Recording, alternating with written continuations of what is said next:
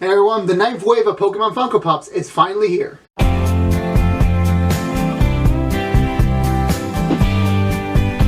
This wave includes the Gen 1 Psychic type Alakazam, the Gen 4 Fighting type Lucario, and the Gen 6 Fairy type Sylveon. As well as finally, this is the first Pokemon wave to not include another damn Pikachu reprint. Now let me tell you what, let me tell you what, the amount of times Funko does these Pokemon Pop announcements, and then they instantly have 4 Pokemon, and one of them is always a damn Pikachu. You know how much more time and how much money and, you know, Pokemon we would have gotten if we had just cut out the Pokemon reprints? I mean, come on. Even they're finally starting to get into Squirtle, Bulbasaur, and Charmander and painting them in different colors, which I'm like, why? Isn't this enough? Isn't the plain Pokemon enough? We gotta have Pikachu in different poses? I mean, come on. Come on. It's getting annoying here. It really is getting annoying here. This is also the first wave to actually go beyond Gen 1 and Gen 2, giving us our first Gen 4 Pokemon and our first Gen 6 Pokemon in Lucario and Sylveon. I'm actually very happy about the decision to actually start to finally move away from Kanto. We got like one Pokemon from the Johto region in Pichu, but mostly we've been sticking to Kanto. So when this announcement came out where we were finally going to go beyond Gen 1 and Gen 2, which is like, I'm finally thankful. And also, again, to go back to my point about the whole Pikachu reprint, which honestly for me as a collector, I do find it annoying, is that, yes, for Pikachu collectors, it is probably amazing for them that they'll have a variety of Pikachus to have, but for me, as Go would say from Pokemon Journeys, I want to catch them all. I want all the Pokemon in Funko form. And there's over 800 Pokemon right now, maybe even 900, I don't know what the total Pokemon number count is right now, but there's over 900 Pokemon. You have the whole license. Why? Again, like I know, like spreading it out is making more money in the long run and keeping the license alive. But you have this amount of Pokemon that, yes, I'm very happy that they are restricted on doing 3 to 4 because for a lot of people it is a little expensive to get into Funkos nowadays. But for me as a collector, like I'm gonna catch them all. Like I have the complete series so far that is not including reprints or the unique stanzas or the unique color palette changes. But for me as a collector, like it would have really, I would have been felt happy if we had actually gotten into these earlier waves, more generation that isn't from Kanto. Not to say the lineup we have right now isn't a bad thing, but for me, it's, you know, it's okay. It's appreciated that we're finally here, that we're finally delving into other generations. But at the same time, it's like you really could have.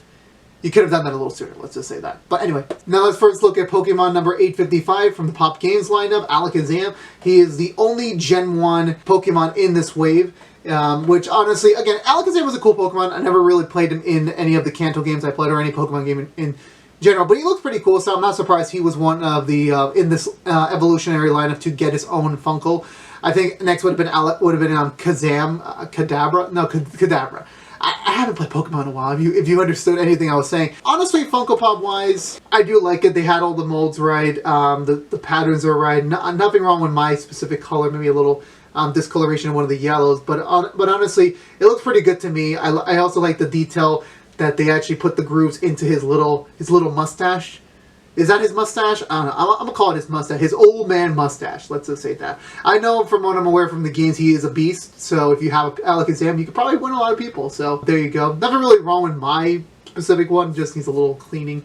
Ironically, this is the last one that came in because they did not ship the entirety of this wave in one shipment for my order. They delivered them in parts, which never made sense to me. Like, why don't you just, you know, make it convenient as well as, you know, having the boxes, you know, to say boxes, you know, go green, you know, be a little bit conscious of the environment instead of doing 3 separate packages and just do one big one. I would have waited for all these to come in. It really was no rush for me, but anywho. Next up we have Lucario, number 856 from the Pops game lineup.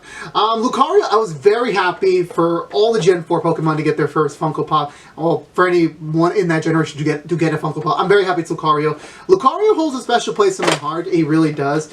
I never sadly mained him in Diamond and Pearl, the original ones, when I had that game. But I did like Lucario in the Smash Brothers game. He was one of my mains, so I was very happy about it. Ironically, I do have his amiibo figure.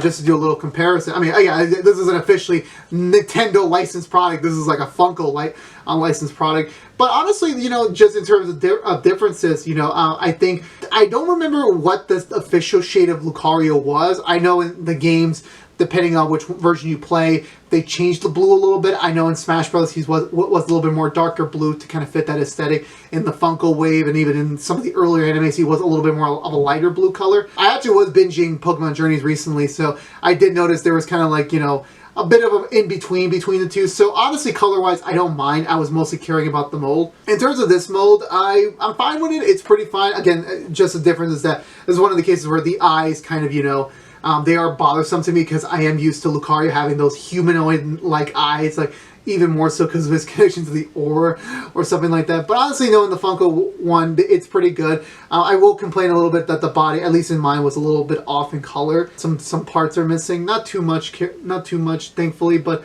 it is pretty cool. It does include a little pop base. It does, because if you try to put him on his own, he does fall over. So he can stand with this thing, so I appreciate the inclusion of that, because it would have been freaking annoying to put him on my my little thing, which you'll see at the end of this video. Here we have 857 Sylveon, the 5th in the Eevee lineup, as well as the first ever Gen 6 Pokemon to receive their Funko Pop. So again, when Sylveon was picked out, I was like, pretty cool, you know. I never, again, Sylveon looked cool as a design, since I think it was it was a long while since we got an Eeveelution. I am not a Pokemon trainer anymore, as you can tell by my voice. But I think this one looks pretty damn cool compared to the other, the base Eevee and the Kanto Eeveelutions. I think this stands out a lot because of just the additional detail to the paint on the tip of the ends. It's not a perfect job because you still have some of the plastic molding that went into it, but I do appreciate, you know, the detail it got, and also the little smiley face, little smiley face on Sylveon. I love it so much, I really do. I'm also very happy that we're finally out of Kanto. I mean, I know the next wave coming up is going to be another Kanto Pokemon filled in with a couple of Gen 4. I'm also very happy that we are slowly finishing up the Eeveelution lineup. I know Leafeon is next. That's in the next wave. I pre-ordered that already. Glaceon, Umbreon, and Espeon are afterwards. And also, again, there's rumors that we might get even new Eeveelution in the future because of, you know, just rumors with the anime and just rumors in general. So I'd be interested to see what they would come up with next. I really would be. But in terms of this lineup specifically, I love all of them. You know, again, Pokemon is it's a weakness in my heart, so it is, I think, one of the only few pop series I would collect them all the unique Pokemon. And, you know, right now, I think we're over 20 of them right now, so I think, well, we're way over 20 if you're collecting every single numeral one and every single variation of it. But in terms of just the uniqueness of, you know, just, we're not even close to, like, 10% of the Pokemon's lineup right now. It's crazy. But for me, as a collector, you know, these come out very solidly. I really love them. Again, Funko, please. My last critique of this wave is that if you had 4 slots, you have hundreds of Pokemon, why not just include a 4th one? I mean, I know it would have been an extra 15 bucks out of my pocket to afford another one, but like, I would have at least liked it because you've been doing these waves earlier on with 4 Pokemon, and now you went down to 3 because you don't have a Pikachu anymore or any sort of reprint. That's my bothersome factor. So please, I know after this upcoming 10th wave, we don't know what's happening after that, but for me, I just hope that we would, you know, get to see more Pokemon come out. Because again, you know, we have a lot of Kanto. We have 1 Johto, we have 1 Sinnoh, and we have 1 Kalos. Where's our Alolas? Where's our Hoenns? Where's our Univas? There's a lot of Pokemon out there, so please, if you have the extra slot, you have the license, do something more with it. But anyway, you can find all the Funko Pokemons right now on GameStop. I think they're still all up for sale. Not for sale, for purchase. Go check them out. It's a little pricey. I would just suggest, you know, if you have all the Pokemon already, just get these 3, scoop them up at once, because, you know, you never know when they're going to be the most difficult to get. I know the earlier ones, like Pikachu, Squirtle, Charmander, Bulbasaur, the original ones, not even counting the reprints, are super hard to find now because you just didn't know. You didn't know back then. I still remember the day when Pikachu was announced as a solo Wave 1 release, and now we, you know, considering how smart they're beginning, you know. Either way, I can't wait to get more. So let me know in the comments below, did you get the new wave of Pokemon Funko Pops? Let me know. I want to talk about it. I want to have a conversation about these Funkos. I feel like a man playing with toys. I'm a 24-year-old man playing with toys. No wonder I'm still single. But anyway, thank you so much for watching the collection compass for this Pokemon Pop Wave 9 unboxing / overview. We'll be back for more Pokemon Pops when Wave 10 comes out, because I already pre-ordered it. There'll be Piplup, there'll be Leafeon, there'll be Lapras. It'll be a lot of fun. I'm finally getting Piplup, my boy. So, more to come. Hopefully more Funko Pops in the future in terms of these types of unboxings and showcases. So please, please leave a like, please favorite, please share this video out there in the world. Please follow us on social media. Please subscribe to the Collection Compass. Thank you for supporting if you have been already. And until we see each other again, stay safe out there, be good to each other, and as always, peace out.